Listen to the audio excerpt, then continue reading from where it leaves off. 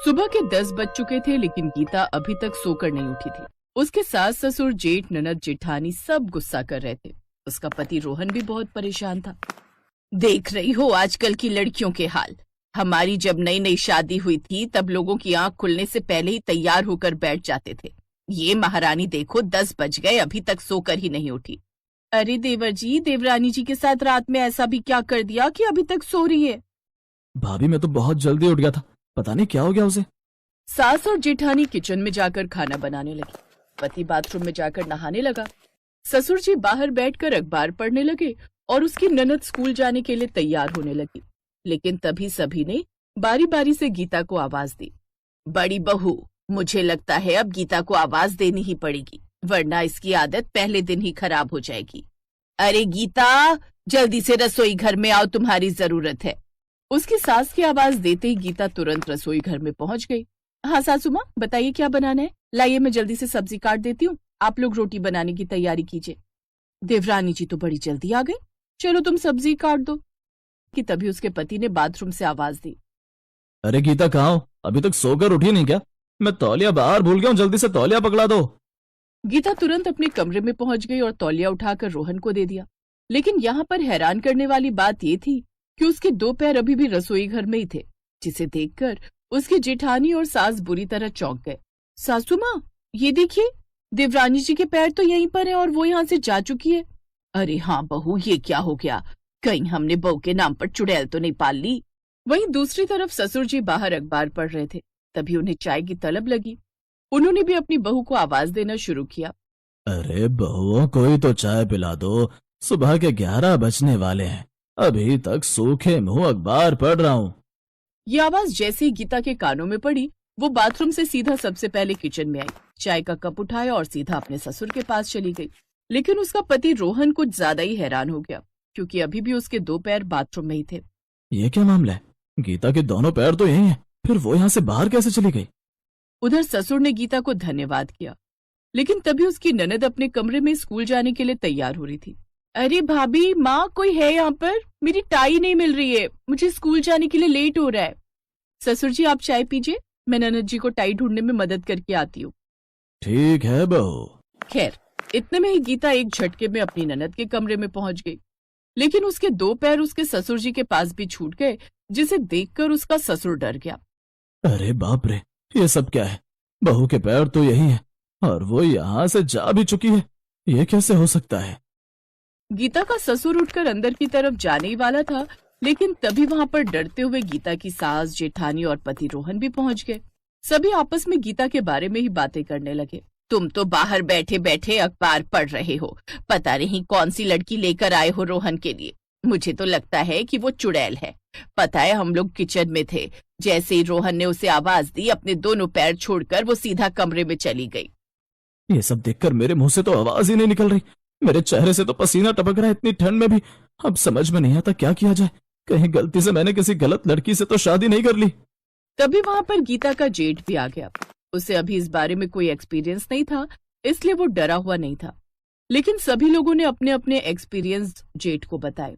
तभी गीता के जेठ ने कहा, देखिए आप लोग जो भी बता रहे हो, मुझे तो उस पर बिल्कुल भरोसा नहीं है, लेकिन फिर भी अगर सच्चाई का पता लगाना है तो ऐसा करते हैं, सब लोग एक साथ यहीं खड़े होकर गीता बहू को आवाज देते हैं, फिर देखते हैं क्या होता है, सारा सच सामने आ जाएगा।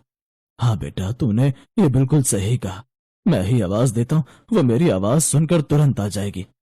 अरे गीता बहू, जरा बाहर आना। ससुर की आवाज सुनते ही गीता अपनी ननद के साथ तुरंत बाहर हॉल में पहुंच गई।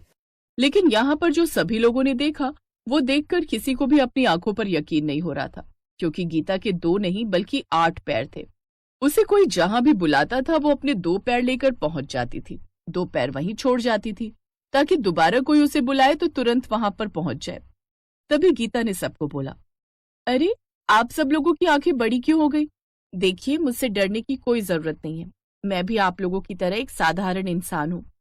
बहू, अगर तू साधारण इंसान है तो हम लोग क्या हैं फिर? हम लोग तो फिर असाधारण हुए, और असाधारण लोगों के साथ तू नहीं रह सकती। मुझे तेरे 8 पैर देखकर बहुत डर लग रहा है। इसमें डर कैसा? इससे तो मुझे काम करने में और भी आसानी रहती है। मुझे यहाँ से वहां जाने के लिए सिर्फ 2 पैरों की जरूरत पड़ती है, बाकी के पैर मैं वहीं छोड़ देती हूँ। तभी अचानक उसके जेठ ने एक बड़ा सा कंबल गीता के ऊपर डाल दिया और उसे दबोच कर एक कमरे में बंद कर दिया। बाहर से ताला भी लगा दिया। गीता अंदर से चिल्लाती रही, लेकिन उन लोगों ने कमरा नहीं खोला। अरे बेटा, तूने उसे कमरे में क्यों बंद कर दिया? उसने हमें कोई नुकसान तो नहीं पहुंचाया। पिताजी, जब रोहन उसके साथ रहने के लिए तैयार नहीं है, उसे उससे भी डर लग रहा है, तो हमें कुछ ना कुछ कदम तो उठाना ही पड़ेगा। भले ही उसने अभी तक हमें नुकसान न पहुंचाया हो, लेकिन 8 पैरों वाली बहू हम कैसे झेल पाएंगे? मैंने उसे कमरे में बंद कर दिया है। अब मैं गांव के अघोरी बाबा को बुलाकर लाता हूँ, वही कुछ कर सकते हैं। गीता का जेठ तुरंत बाहर गया और गांव से थोड़ी दूरी पर एक अघोरी बाबा की कुटिया में चला गया। उसके जेठ ने बाबा को गीता के बारे में सारी बात बताई। उसकी बातें सुनकर बाबा को थोड़ा बहुत समझ आने लगा। बेटा, जिस कन्या के बारे में तुम वर्णन कर रहे हो, मुझे लगता है ऐसी किसी कन्या को मैं भी जानता हूँ। खैर, मुझे अपने घर ले चलो, मैं उससे मिलना चाहता हूँ, और उससे डरने की कोई जरूरत नहीं है तुम लोगों को। गीता का जेठ उस अघोरी बाबा को लेकर अपने घर आ गया। बाबा ने जैसे ही गीता को देखा उसे पहचान गए। गीता भी बाबा को देखकर पहचान गई। बाबा, अच्छा हुआ आप आ गए। देखिए ना, ये सारे लोग मुझसे डर रहे हैं। अब मेरे 8 पैर है तो उसमें मेरी क्या गलती है?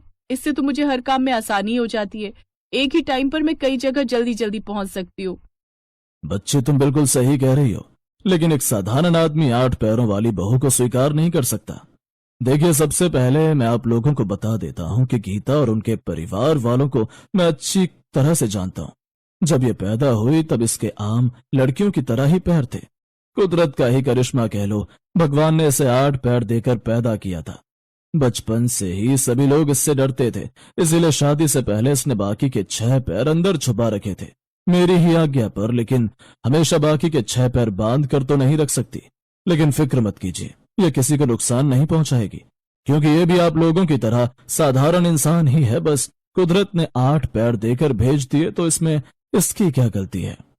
बाबा, क्या कोई ऐसा तरीका नहीं है कि बहू के भी सिर्फ 2 पैर ही रह जाएं? इसके घर वालों ने इसका ऑपरेशन कराने की कोशिश की, लेकिन डॉक्टर ने कहा कि इसमें इसकी जान भी जा सकती है। लेकिन कुछ तांत्रिक प्रक्रियाएं हैं जिसे करके इसे साधारण किया जा सकता है, लेकिन उसमें भी इसकी जान को खतरा है। बाबा, 8 पैरों के साथ अब मैं आगे की अपनी जिंदगी नहीं बिता सकती, क्योंकि सभी लोग मुझसे डरते हैं। कोई मेरा दोस्त भी नहीं है। अब भले मेरी जान को खतरा क्यों ना हो, आप तांत्रिक प्रक्रियाएं आज ही शुरू कीजिए। बाबा ने लगातार 3 हफ्ते तक तांत्रिक प्रक्रियाएं चालू रखी, लेकिन धीरे धीरे चमत्कारिक रूप से उसके 6 पैर विलीन हो गए और अब वो एक साधारण लड़की बन चुकी थी। अब पूरे परिवार के साथ वो खुशी खुशी उस घर में 2 पैरों के साथ रहने लगी।